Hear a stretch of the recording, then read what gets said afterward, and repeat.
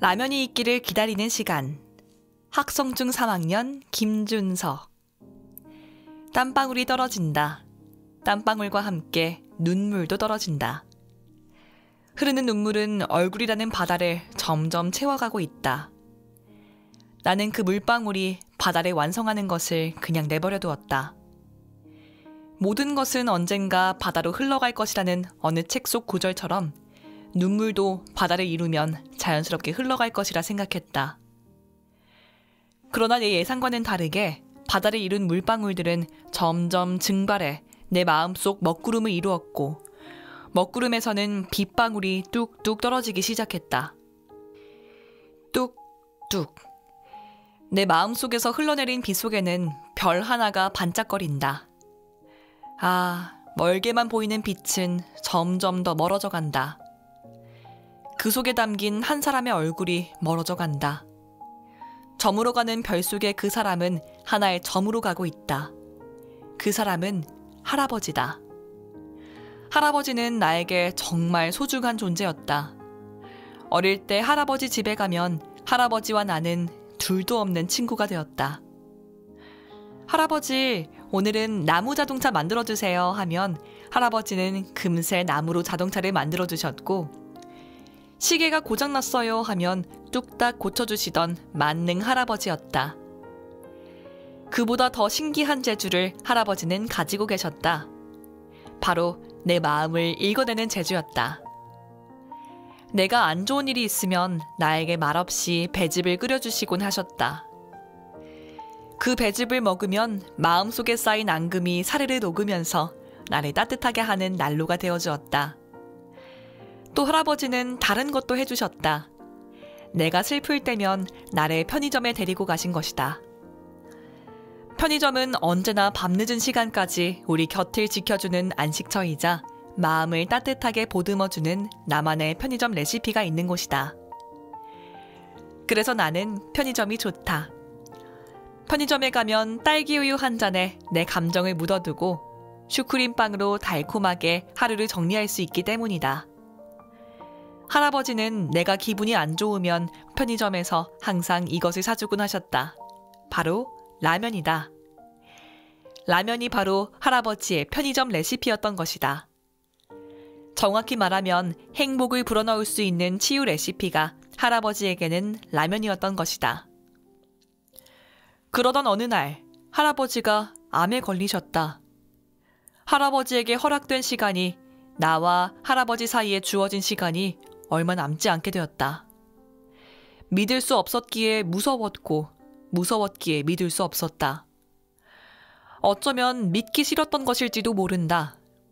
나는 추억을 정리하는 시간이 필요했다. 마음을 정리하는데 시간이 필요했다. 갑자기 찾아온 비극은 나를 저 깊숙한 늪으로 빠뜨렸다. 어떤 것을 해야 할지 몰랐다.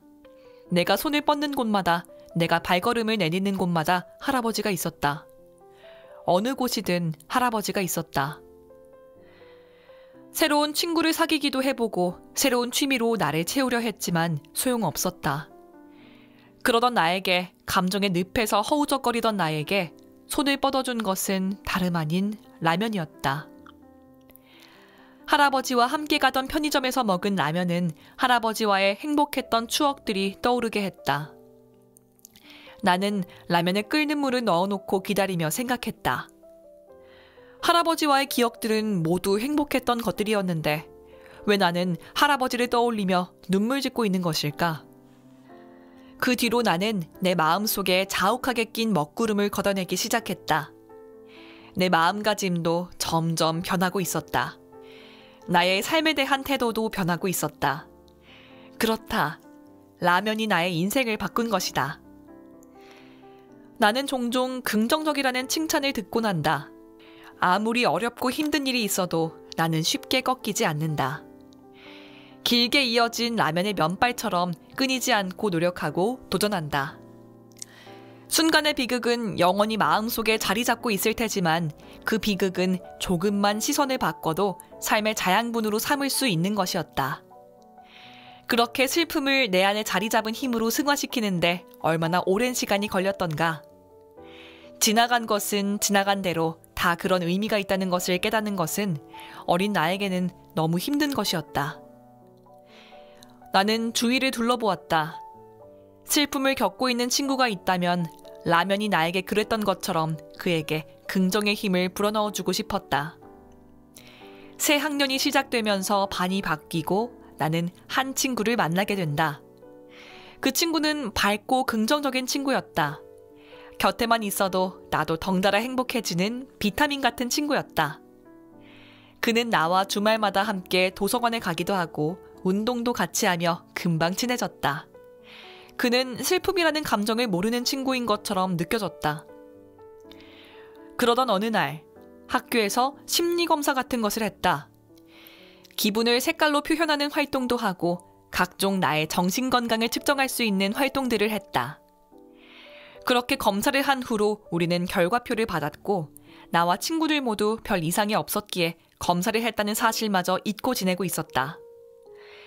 그러다 나는 쓰레기를 버리다가 우연히 어떤 종이를 발견하게 된다. 그 종이는 다름 아닌 누구보다 밝았던 내 친구의 검사 결과표였다. 결과표를 보고 나는 깜짝 놀랐고 다른 친구들이 볼까봐 급히 다시 원래 자리로 넣었다. 그에게 어떤 일이 있었던 것일까? 그에게 무슨 일이 있었냐고 물어볼까? 등 많은 생각들이 머릿속에 떠올랐다. 나는 내가 슬픔을 이겨냈던 방법을 떠올려 보았다. 결국 필요한 것은 시간이었다. 라면이 다 되기까지 기다린 시간, 그 짧은 기다림이 나를 여기까지 오게 했다. 그 짧은 기다림 속에서 나의 마음을 정리할 수 있었던 것이고 인생이라는 영화 속 행복했던 기억만을 파노라마에 담을 수 있었던 것이다. 그에게도 필요한 것은 비극을 희극으로 바라보는 것이었다. 어느 책은 비극도 언젠가 나중에 보면 웃음 나오는 희극이라고 표현한다. 솔직히 아직까지도 그게 무슨 뜻인지는 정확히 모르겠다. 하지만 이것만은 확실하다. 비극은 생각할수록 점점 비극이 된다는 것을 말이다. 아무 생각 없이 라면이 다 되기를 기다리던 나처럼 스스로의 감정을 받아들일 수 있을 때까지 기다려주는 게 중요하다. 나는 그 친구를 편의점으로 데려갔다. 그리고 그에게 컵라면을 하나 사주었다. 그리고 라면이 익기를 기다리면서 우리는 라면을 바라보고 있었다. 꾹 닫은 라면 뚜껑 속에서 무슨 일이 일어날지 상상하면서 꾹 닫힌 마음 속에서 무슨 일이 일어나고 있는지 상상하면서 곧 라면이 다 되었고 나와 친구는 라면 뚜껑을 열었다. 꾹 닫힌 마음이라는 문에 노크를 하는 순간이었다. 문을 가로막고 있던 자욱한 먹구름이 걷히는 순간이었다. 나중에 그 친구는 진짜 웃음을 되찾은 후 시간이 흘러 나에게 내가 해준 말이 그가 지금까지 올 수 있게 해주었다고 말했다. 지나간 것은 지나간 대로 둬. 라면이 익기까지 기다려야 라면을 먹을 수 있는 것처럼 너도 마음의 익힘이 끝이 나고 나면 그 고통이 끝이 나고 나면 행복해질 거야. 저 라면이 너에게 행복을 주는 것처럼 말이야. 라면을 보며 생각한다. 라면이 많은 사람들의 꾹 닫힌 마음의 문을 열어주고 마음의 먹구름을 걷어주기를 말이다. 라면이 따뜻한 난로처럼 누군가의 마음을 따뜻하게 해주었으면 좋겠다고 말이다.